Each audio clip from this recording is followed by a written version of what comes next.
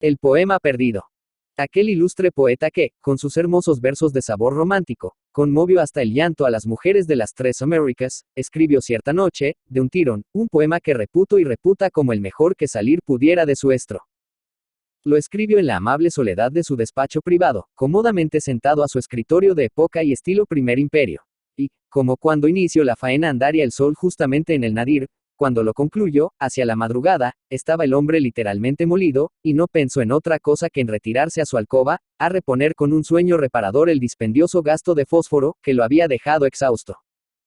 Las cuartillas en que estaba escrito el poema que su autor juzgaba por maravilloso, quedaron desparramadas sobre el escritorio, y el viento que se filtraba por los visillos se dio en el juego de distribuirlas asimétricamente por el suelo. Cuando el criado que cada mañana cuidaba de hacer el arreglo del despacho vio las así, tubólas por inservibles papeles de desecho y las arrojó al cesto de basura. Por desgracia, ese día pasó muy temprano, antes de que el bardo dejara el lecho, el camión recolector de basuras, y a este fueron, confundidas con los humildes desperdicios de la cocina del poeta, que más se parecía, esta es la verdad, a la de Petronio que a la de Virgilio, las cuartillas en que se contenía aquel poema, el singular coloquio de las altas cimas andinas, destinado, según su autor, a asombrar a los futuros siglos por la entereza de su factura y el vivo ardor de genio que lo animaba. El dolor del celebérrimo Lírida por la pérdida de lo que calificaba de su obra maestra, no tuvo límites. Ni el de sus amigos y admiradores. Cada vez que podía, y podía siempre, hablaba en marcha fúnebre del desgraciado acaecido. ¿Por qué no trata de rehacerlo? Apuntaba a alguien. Rehacerlo. Respondía el bate, ¿cómo no? Se advierte, amigo, que no entiende usted de estos fregados de la literatura. La inspiración, por así decirlo, no es fuego que quema dos veces el mismo pabilo. Por supuesto, no quiero decir que, de intentarlo, no podría, claro que sí. Ah, pero ya no sería ese mismo, el de aquella noche en que mi cerebro vibró en la flama de Apolo. Convenzase, amigo, que, el singular coloquio de las altas cimas andinas, se ha perdido para siempre. Y no sé, ocurréseme que esto de perder los escritores sus mejores producciones, a Dante Gabriel Rossetti, a Edmond Rostand, a Oscar Wilde, creo, les pasó lo propio, no es cosa natural.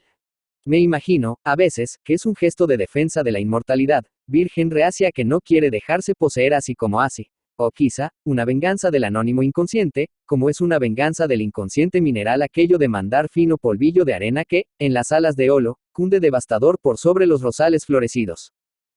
Pero, no obstante lo que creía su ilustre autor, el maravilloso poema no se había perdido del todo cuando fue vilmente echado en el carro recolector de basuras.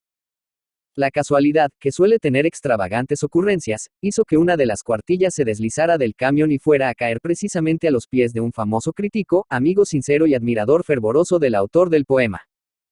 Anheloso de poseer, y más por tan curiosa vía, un manuscrito completo de su predilecto, dios el crítico maña para, venciendo económicamente la razonable negativa del conductor, remover toda la basura, hurgar en ella con su bastón y hasta con sus propias manos cuando fue menester, y reunir todas las cuartillas, y en ellas, íntegro, el poema.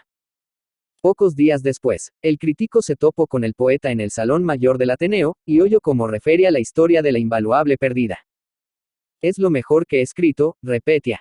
Daría mi mano derecha por recobrarlo. Era para ser leído en los Juegos Florales que se celebraran este año. Me veré en el caso de no concurrir a esa festividad, porque es ya muy tarde para escribir algo que pueda siquiera de lejos recordar a, el singular coloquio de las altas cimas andinas. Ah, mi pobre poema. Como de los seres humanos que en otro tiempo fueron, solo queda de él un nombre. También él ha muerto. Y volvió a aquella especie de colofón. Es lo mejor que he escrito. Es lo mejor que he escrito. Nada dijo el crítico sobre su hallazgo. Él había leído el poema y lo encontraba muy vulgar, muy pesado, hasta muy tonto. Tenía para sí que, de ser recitado en aquellas solemnísimas justas intelectuales a las que estarían invitadas eminencias literarias continentales, la fama del poeta paisano padecería en vez de exaltarse. Entonces, se fue a su casa el crítico, buscó las cuartillas, y para evitarse la tentación de restituírselas a su amigo, las rompió en 1000 pedacitos y lanzó estos al fuego. Y fue así como el poema de aquel ilustre poeta que hizo llorar de emoción a las mujeres de las tres Américas, se perdió para siempre. José de la Cuadra. José de la Cuadra Vargas Guayaquil, 3 de septiembre de 1903, y Videm, 27 de febrero de 1941, fue un escritor ecuatoriano, y no un poeta, miembro del Grupo de Guayaquil. Es considerado uno de los cuentistas más destacados de la literatura ecuatoriana, con una nutrida obra en que exploró la vida del pueblo montubio a través del realismo. Entre sus obras más importantes se encuentran la novela Los Angurimas y el cuento La Tigra.